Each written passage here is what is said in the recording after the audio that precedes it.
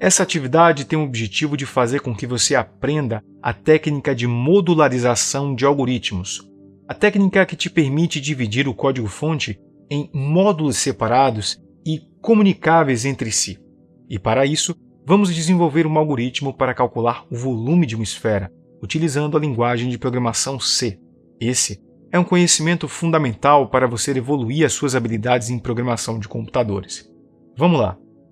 Estamos aqui no Visual Studio Code, o nosso ambiente de desenvolvimento integrado para programar na linguagem C. E se você ainda não sabe como instalar e configurar o Visual Studio Code para programar em C, clica aqui no card que nós temos um vídeo onde nós te explicamos com detalhes sobre como fazer este procedimento. E nessa aula nós vamos escrever um algoritmo, um programa, para implementar uma função que calcula o volume de uma esfera. E como entrada, o programa deve solicitar ao usuário que ele digite o raio da esfera. E como saída, deve exibir o volume da esfera. O diferencial aqui é que nós vamos utilizar uma função para fazer o cálculo desse volume. E essa aqui é a fórmula matemática que nós vamos implementar em código de programação para calcular o volume da esfera. Considerando o modelo de 3 etapas, esse algoritmo recebe como entrada o raio de uma esfera em valor decimal, que é a informação digitada pelo usuário, e exibe como saída o valor que representa o volume dessa esfera. E eu vou começar a escrever meu algoritmo aqui dentro da função main. Eu vou começar com o processo de declaração das variáveis, que para esse algoritmo vão ser duas variáveis do tipo float, a variável raio e a variável volume, que vai armazenar o resultado da operação. Bom, uma vez que eu terminei de declarar as variáveis, eu posso partir para a solicitação dos valores, que nada mais é do que o processo de entrada do algoritmo. Bom, eu vou começar o processo de entrada com a emissão de um comando de saída padrão, comando printf. E vou emitir para o usuário a seguinte mensagem: digite o raio da esfera. Vou colocar entre parênteses e vou escrever em metros, 2 pontos e espaço. E logo em seguida vou emitir um comando de entrada padrão, um comando scanf, para receber do usuário pelo teclado o valor do raio. Eu vou utilizar o comando %f, o formatador %f, porque eu preciso interpretar a informação digitada pelo usuário como sendo um valor com casas decimais. E logo em seguida vou especificar em qual variável este valor vai ser armazenado. Vou colocar vírgula, símbolo de e-commerce e o nome da variável raio. Bom, uma vez que eu terminei o processo de entrada, eu posso pular algumas linhas e partir para o cálculo do volume, que nesse algoritmo desempenha um papel de processamento.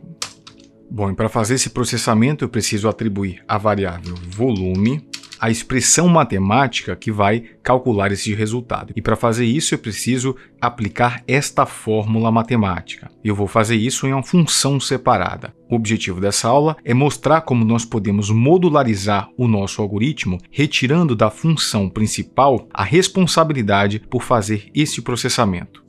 Por esse motivo, eu vou criar fora da função main uma outra função nomeada calcula volume. Eu vou escrever float, que é o retorno da função, e vou escrever o nome da função, calcula volume.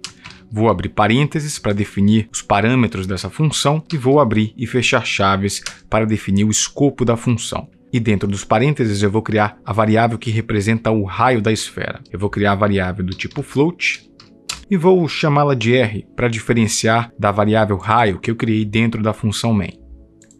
Bom, e para calcular o volume eu vou precisar criar uma outra variável, float, vou chamá-la de V.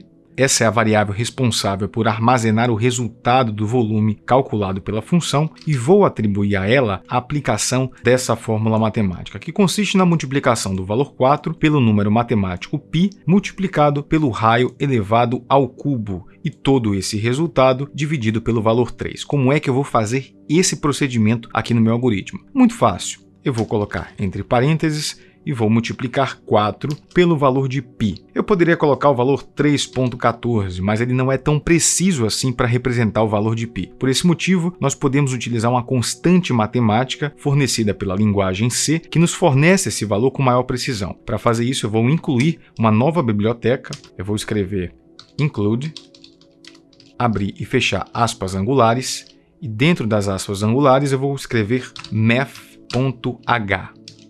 Bom, eu não vou adentrar em muitos detalhes sobre as funcionalidades e as funções fornecidas pela biblioteca math.h. Você precisa saber apenas que ela é uma biblioteca muito útil que fornece uma série de funções matemáticas para simplificar o processo de implementação dos algoritmos. Uma vez que eu implementei a biblioteca math.h, eu vou substituir o 3,14 pela constante m, em maiúsculo, underline, pi, tudo em maiúsculo. Bom, logo em seguida, eu vou multiplicar pelo raio elevado ao cubo e para fazer isso, eu vou utilizar uma outra função matemática, que é a função POW, também contida dentro da biblioteca math.h. Essa função vai receber dois parâmetros. O primeiro parâmetro é a base, que vai ser o raio, a variável r, e o segundo parâmetro é o expoente a qual essa base deve ser elevada, nesse caso o valor 3, para representar o raio elevado ao cubo. Bom, e essa expressão representa este fragmento da minha fórmula matemática. Eu preciso, então, dividir todo esse resultado pelo valor 3. Então, eu vou colocar divisão por 3 e ponto e vírgula no final. E dessa forma, a variável v vai armazenar o resultado do volume devidamente calculado. E uma vez que eu terminei de calcular o volume, eu preciso atribuir este valor como retorno da função. Vou pular mais uma linha e vou utilizar a palavra reservada return e vou escrever o nome da variável v para defini-la como retorno da função.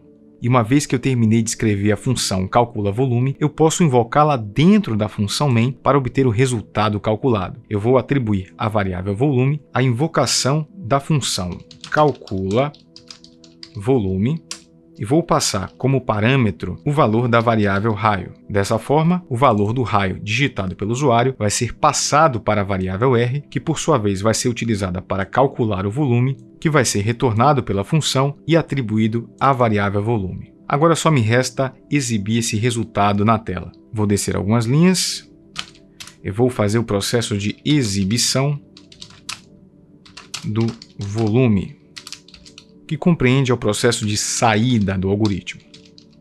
E para fazer isso, eu vou emitir um comando de saída padrão, comando printf. Vou começar com um pulo de linha e vou escrever volume da esfera, dois pontos e espaço, e vou colocar o formatador %f para exibir o volume da esfera. Logo em seguida, eu vou especificar o valor da variável que vai substituir o meu formatador %f, que é o conteúdo da variável volume. Bom, aqui cabe também colocar 0.2 para especificar que esse valor da variável volume deve ser exibido na tela com apenas duas casas decimais. Não posso esquecer do ponto e vírgula no final.